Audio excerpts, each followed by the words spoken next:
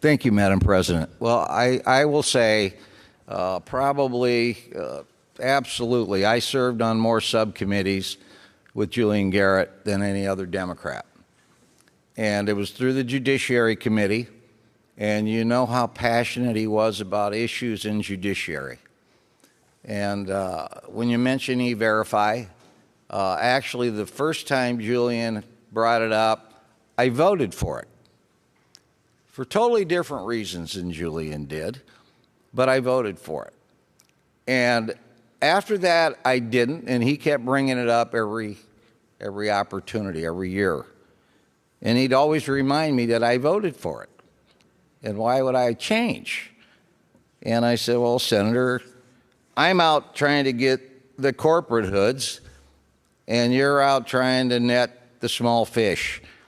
And I said, so we really got to stand off here. But he never, ever gave up on that. We dealt with family right, or father's rights. We dealt with grandparents' rights. We dealt with the death penalty. I mean, Julian never ran out of good conservative ideas. And so I always got put on the subcommittee because we were able to work together on some very controversial things with a lot of respect. But I'm going to just throw this out there because I really don't think that many of you Republicans know this.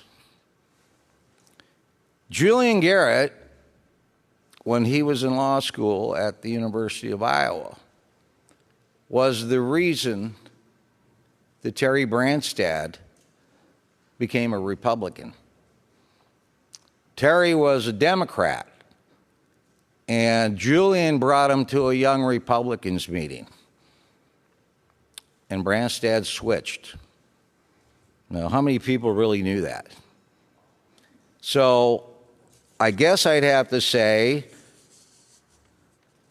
do we blame Julian for the longest-serving Republican governor in the country, or do we blame Branstad for falling away from the right place? I don't know. I enjoyed Julian. Again, we were as exact polar opposites. But sometimes those become people you admire the most because they're like you in the sense they don't quit. He stuck with his and I stuck with mine. And I do miss him this year. I haven't had a good, really, fight. You guys are nothing compared to Julian.